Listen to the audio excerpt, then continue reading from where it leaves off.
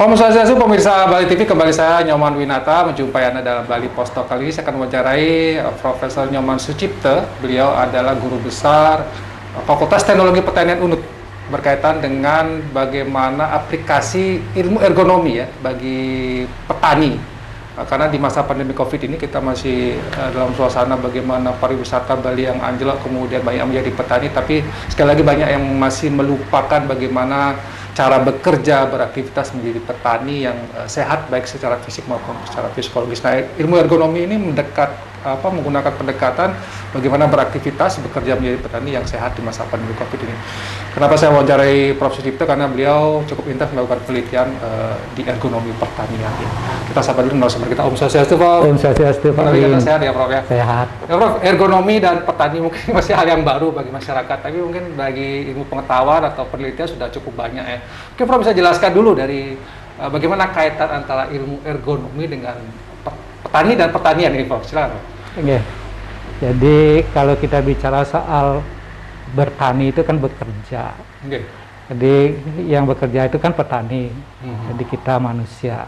Okay. Nah, kalau kita bicara soal keilmuan, ergonomi itu adalah ilmu yang sering disebut dengan human factor engineering atau human center gitu. Jadi ilmu yang mempelajari tentang manusia beraktivitas. Ya, bekerja, salah satunya bertani. Yeah. Dan kemudian di Indonesia batasan ilmu ergonomi itu sudah disepakati bahwa definisinya adalah terkait dengan bagaimana kita bekerja dalam keadaan seimbang dengan alat lingkungan kita. Jadi ada keserasian di situ sehingga akan tercapai, pertama adalah tujuannya meningkatkan produktivitas dan meningkatkan efisiensi, dan diharapkan capaiannya adalah tercapai kualitas hidup bekerja, quality of working life. Nah, di situ sehingga di sini ya di masa pandemi ini sungguhnya pertanian ini kalau kita kembali pada secara umum adalah merupakan peluang dan tantangan. Bagi saya itu peluang. Nah, mungkin sedikit cerita ini. Ya, pengalaman kita berwacana tentang pertanian. Di satu sisi bahwa petani itu berproduksi. Nah, kemudian di satu sisi produksinya tidak mendapatkan nilai tambah yang sesuai dengan apa yang diinginkan. Artinya menjadi petani belum menguntungkan seperti apa yang dibayangkan gitu, Prof. Ya? Sehingga itu juga yang membuat sedikit orang jadi petani. Ya, gitu. Itu satu. Kemudian yang kedua, sungguhnya bahwa hasil produksi yang di satu sisi ada yang mengatakan bahwa justru ini adalah peluang gitu ya. Mengatakan bahwa justru produksinya itu ada nilai lebihnya, nilai tambahnya. Karena apa? Karena sekarang banyak juga orang-orang yang berdonasi gitu.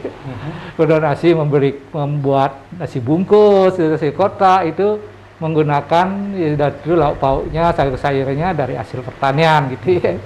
Nah, jadi di sisi ini bahwa ya di sini nilai tambahnya cukup tinggi. Ini ada dua hal yang ini. Nah, ini kira-kira apa yang menyebabkan seperti itu? Menurut Tiang ya, di sini itu pasti adalah terkait dengan kreativitas dan inovasi gitu. Nah, terkait dengan kreativitas dan inovasi ini bagaimana caranya kita menumbuhkan itu? Nah, dalam hal menumbuhkan itu ya perlu motivasi, edukasi terus-menerus pada kita semua, khususnya pada petani, untuk berkreativitas di dalam melakukan swadharmanya sebagai petani untuk berproduksi hasil pertanian. Jadi itu. Ya, ya. Nah, kemudian kalau menurut Prof. Sucipto yang terjadi selama ini gitu kan lah, produktivitas petani kita, kalau kita kan bayangkan petani itu kan kotor ya, membungkuk, harus katakanlah mencangkul dan segala macam. Nah, secara ilmu ergonomi apakah ini memang sudah ideal atau perlu ada inovasi-inovasi seperti yang Prof sampaikan, bagaimana beraktivitas seorang petani supaya betul-betul produktif, efisien juga kan begitu, Prof? Ya. Nah, kalau kita lihat memang bertani secara konvensional ya. di mana petani di pedesaan, di rural agriculture gitu ya. Pasti orang membayangkan bahwa bertani itu adalah identik dengan bergelut dan lumpur gitu ya. Betul. Nah, sedangkan di satu sisi kita udah bicara sekarang pertanian yang lebih baik, lebih maju, yang modern, yang presisi, yang digital gitu. Nah, kemudian di satu sisi manapun di negara itu kan ada pedesaan, ada perkotaan gitu. Nah, di sini harus kita padukan, kita kombinasikan antara pertanian pedesaan dan perkotaan, di mana kalau pertanian perkotaan di mana lahannya sempit sudah tentu terpikir dengan kreativitas dan inovasi gitu. Kreativitas dan inovasi itu sudah tentu ya terkait dengan penggunaan teknologi. Nah, ini menjadi keniscayaan sekarang teknologi, bahkan teknologi digital gitu. Sekarang itu sudah menjadi keniscayaan dan harus itu siapapun. Ya, kalau bicara soal pertanian itu ya kita mengubah mindset kita dulu, cara berpikir kita tentang pertanian gitu. Nah, persoalannya kan sering sekali persoalan lahan, persoalan modal, persoalan teknologi, kemudian persoalan pemasaran, persoalan pasca panen, pengolahan seperti itu. Tapi semua itu kan bisa diberdayakan gitu ya, semua itu dengan teknologi gitu ya. Dari teknologi yang sederhana, teknologi tepat guna, teknologi maju, dan bahkan digitalisasi gitu, seperti itu. Tapi yang sekarang masih artinya belum secara optimal untuk dilakukan ya, Prof, ya, seperti itu ya. Atau ada kendala-kendala yang kemudian ditemui di lapangan sehingga ya mindset ini, itulah yang Prof sampaikan tadi, belum sepenuhnya bisa berubah di masyarakat kita tentang petani gitu. Walaupun sudah ada ya, walaupun pelan-pelan gitu ya. Nah, pandemi ini mengajarkan kita bahwa ternyata bertani itu juga memberikan keuntungan ya, Prof. Ya, justru inilah pendekatan ergonomi yang tawarkan kepada kita semua. Sehubungan dengan bagaimana mengubah mindset itu, pertama dari sisi sehubungan dengan kaderisasi. Karena kalau secara data itu kan jumlah petani di Indonesia, di Bali yang kebanyakan itu kan umurnya di atas 50 tahun. Iya, gitu. betul. Nah, oleh sebab itu ya perlu juga di sini kaderisasi. Dan kaderisasi apa yang dimaksud kaderisasi di sini?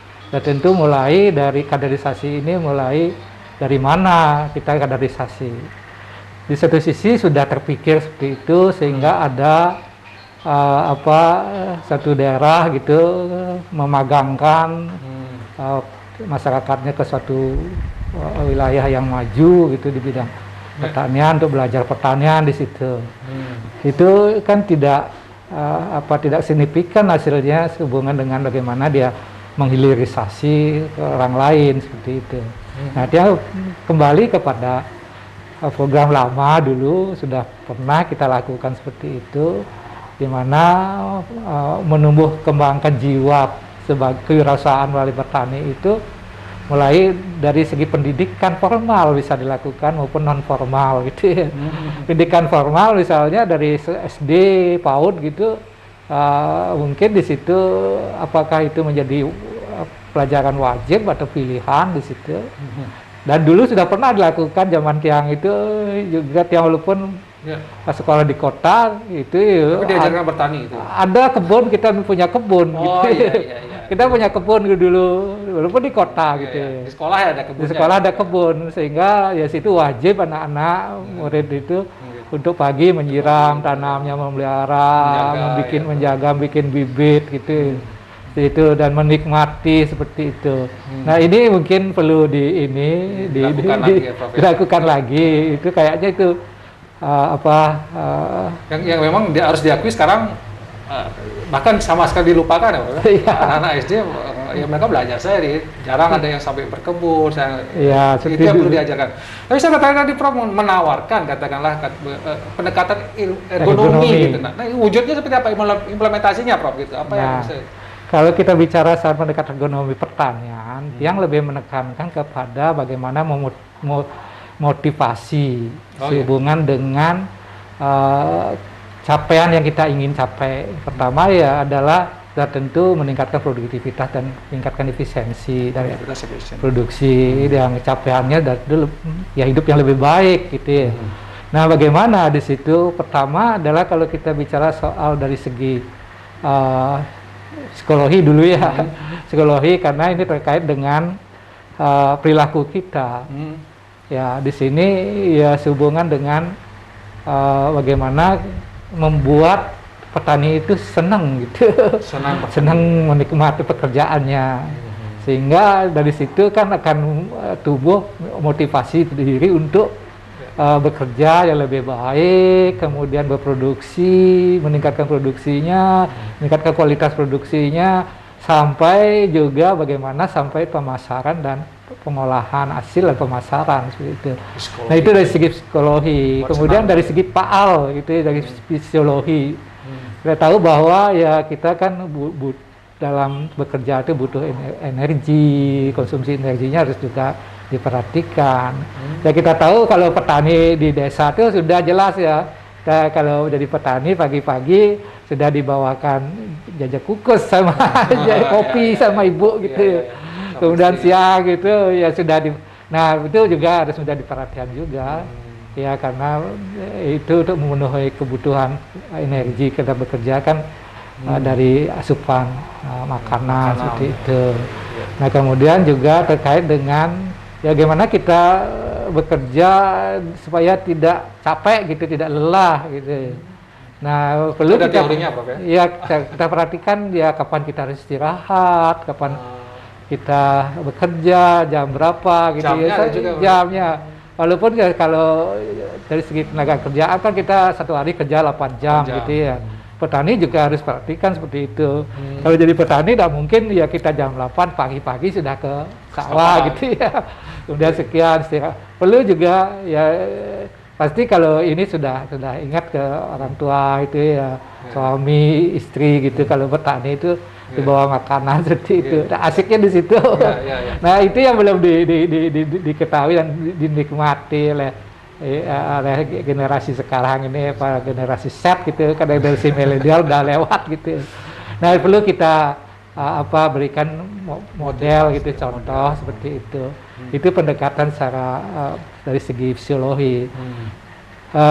Pendekatan dari segi ini juga supaya aman, nyaman dari segi bahwa bertani itu aman ya, nyaman gitu ya, tidak menimbulkan kecelakaan. Karena kalau bekerja di suatu konstruksi gitu ya, yang syarat dengan bahaya gitu ya, ada peringatan bahaya. Kalau bertani itu kan tidak relatif aman ya. Ya aman kecuali gitu ketika menggunakan pestisida gitu ya, perlu juga petani memperhatikan keamanan, kenyamanan, kesehatannya seperti itu. Nah itu pendekatan ergonominya. Nah secara fisik gitu ya, menggunakan ya alat, mesin, sarana produksi, cangkul, sabit, itu yang ergonomis, jadi artinya satu yang sesuai dengan kemampuan, keterbatasan daripada orang itu sendiri, petani itu sendiri. Itu yang penting gitu ya. Satu contoh misalnya ya kalau sekarang orang di komputer itu ya mejanya bagaimana, tempat duduknya yang bagaimana sehingga tidak lelah. Petani juga sama seperti itu. Petani juga sama. Ya sama, apalagi sabitnya, ya sabitnya sehingga produksinya bagus gitu ya. Tidak rontok dia gitu, ada sabit yang bergiginya bagaimana bentuknya. Kalau dulu padi lokal tuh disabit seperti ini, kalau di padi baru supaya tidak rontok, sabitnya bagaimana? Itu sudah banyak risetnya. Ada risetnya, Pak? Sudah banyak risetnya tuh. Ya tiang juga risetnya kalau itu di traktor dan di alat di tracer gitu ya. Riset tiangnya di traktor dan di tracer. Jadi tracer itu ya perontok padi yang ergonomis itu gimana? Jadi dari segi tingginya, dari segi hoppernya, supaya ya jadi petani dalam hal ini sebagai operator di situ dia ya tidak cepat lelah ya gitu. Karena ya contohnya misalnya Pak Win mungkin mewawancarai dengan sikap duduk yang atau berdiri yang ini kan lelah juga gitu ya. Gimana bisa mengurangi seperti itu. Nah itulah pendekatan ekonomi. Ya, baik, karena waktu ya Prof ya. Mungkin ada Prof yang sampaikan di akhir ini di Bali Postok ini. Saya tertarik dengan bagaimana memotivasi tadi. Mungkin Prof bisa mempertegas kepada mereka yang sekarang sudah katakanlah ada yang jadi dulunya bukan petani, sekarang jadi petani gitu ya Prof ya. Tadi yang kemudian juga sudah jadi petani selama ini, apa yang Prof ingin sampaikan, terutama bagaimana mengaplikasikan ilmu ergonomi ini di pertanian? Silakan. Oke. Jadi di saat sekarang, saat pandemi dan kita tidak tahu kapan akan berakhir, kemudian ya mungkin kita sebut juga di era normal ya, di era normal nanti, ya kita tetap di dalam bekerja apapun gitu ya, perlu memperhatikan sehubungan dengan kesehatan dan keselamatan sehingga akan di situ akan terbangun gitu ya, dari kesehatan itu terbangun motivasi daripada diri kita untuk bekerja yang lebih baik sehingga dengan bekerja yang lebih baik artinya dengan sehat kita kemudian kita akan bekerja beraktivitas dengan normal gitu ya. Sudah tentu ujung-ujungnya hasilnya akan lebih baik gitu ya. Hasil yang lebih baik artinya dari segi produktivitas.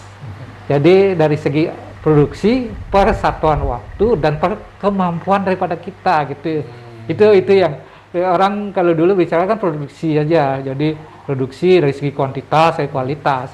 Jadi produksi dari segi kuantitas, kualitas persatuan waktu kita dan sesuai dengan kemampuan kita gitu. Jadi apa kemampuan kita di situ ya terkait dengan fisiologi kita gitu ya. Artinya bagaimana kita ya orang bekerja itu pasti denyut nadinya akan meningkat gitu ya. Ya supaya standar dia beban kerjanya di sini dia standar. Jadi beban kerjanya sedang gitu. Nah itu pendekatan ergonomi di situ. Baik. Terima kasih Prof, karena waktu ya, menarik sekali sebenarnya kalau kita bicara tentang pertanian, sekali saya tertarik dengan bagaimana merubah mindset ini.